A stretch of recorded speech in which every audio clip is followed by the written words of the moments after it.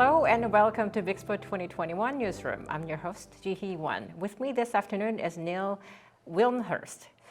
He is the Senior Vice President of Energy System Resources at EPRI. Neil, welcome to the show. Well, thank you. Thank you for inviting me. So is this your first BIXPO experience? This is my first time to BIXPO, but I've been to South Korea many times. Oh. But I'm really pleased to be here.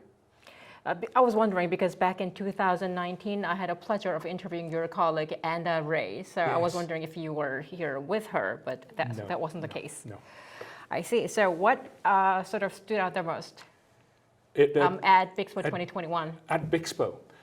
First of all, it's my first trip to Asia since the pandemic. Mm-hmm. So it was really good to be here seeing people again, being a room full of people. And I'll tell you what I've noticed through the pandemic. Mm-hmm. I think everyone's perspective on climate change has changed. I think people have accepted that big things that affect the world can actually happen. Mm-hmm. And so coming out of the pandemic, I actually think globally people have got a more kind of serious view of climate change and maybe more motivated to do something about it. And I see that at BIXPO happening right at the same time as COP26. The timing is perfect. And I just see the energy around addressing climate change. So what has been your overall impression? I know this is only the first day and we have 2 more days to go, but. I think the impression is something I've picked up in Korea as I've come to Korea over the last 10 or 15 years, is the strength of the technology in Korea and how it's moving very fast. Right. And in many ways, other countries can learn from South Korea just how fast things can move if a whole country aligns behind the challenge. So I was impressed by just the motivation to actually do something. So how does BIXPO sort of differentiate itself from other exhibitions in this domain? That's a very good question. I think BIXPO differentiates itself because it's aligning the government, the local government, the electric companies, the industry, all in one forum, talking about a big issue. Many other forums, it may be just the industry talking to itself, or just the vendors and engineering suppliers talking to themselves. So this, I think, is differentiated because everyone is together. And also the international participants as well. Right. I think it's a unique environment. And the conversation is cohesive, yes. I would say, and holistic. Yeah. Today, the global energy industry is going through a mega shift. So what type of paradigm shifts have you witnessed in the United States as well as the United Kingdom? When I grew up in the United Kingdom, everything was coal. You know, United Kingdom now has, I think, 1 coal-fired power station. Oh, wow. So they've moved away from coal, nuclear, offshore wind, solar. The same as I drive around South Korea, I drive around Europe, drive around the US, solar panels everywhere. So I think that's the biggest shift, is that shift away from coal. And the deployment of solar panels. Certainly when you fly around in Europe, so many wind turbines, so many wind turbines.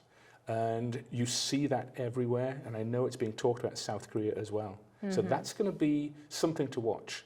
And something I'm really interested in is offshore wind. And there are challenges with that, but I think that has huge potential.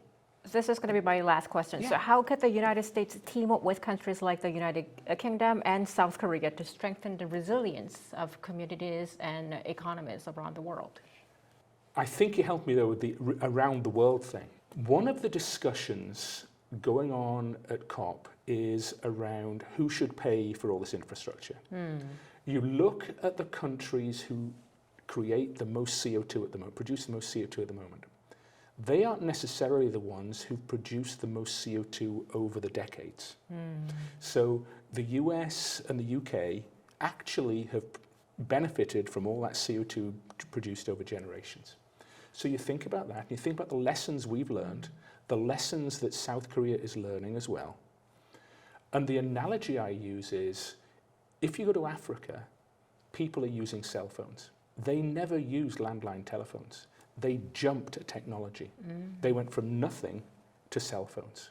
So can the US, the UK, South Korea, Japan, those developed countries who are wealthy in comparison to everyone else, help some of the less developed countries jump a technology to go straight to electric vehicles, to go straight to clean coal, to go straight to those new technologies and help them learn those lessons. So I think that's one area that can really help, actually help those developing countries learn all those painful lessons we've learned and go straight to the best technologies.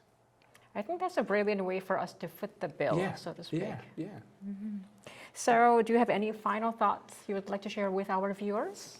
Well, I think there's a temptation to look at climate change as being a real challenge. And I would challenge all of us to think about it as an opportunity. Yes, I think we've let this problem go on too long, but we know how to do this.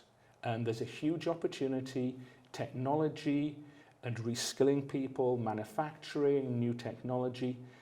And all of a sudden, there's money and people being motivated to actually do something about this. So it's an exciting time to be in the energy industry. So I, for one, am determined that I'm going to do my part and try and help everyone achieve these goals out in the future. Thank you so much for your time. Okay. And thank you for watching.